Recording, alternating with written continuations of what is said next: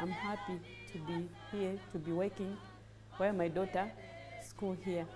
Yeah, it's good where my daughter she's in class and I'm working outside. Sometimes when she comes out break time, she sees me working there.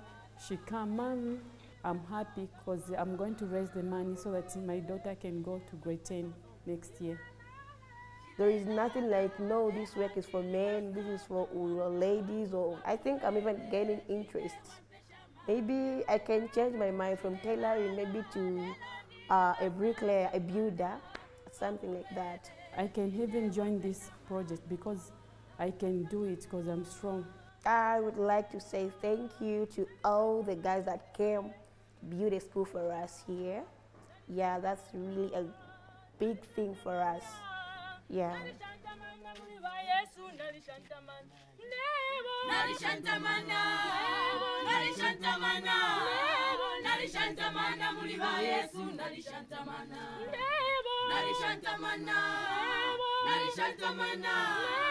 Nalishantamana muliba Yesu nalishantamana.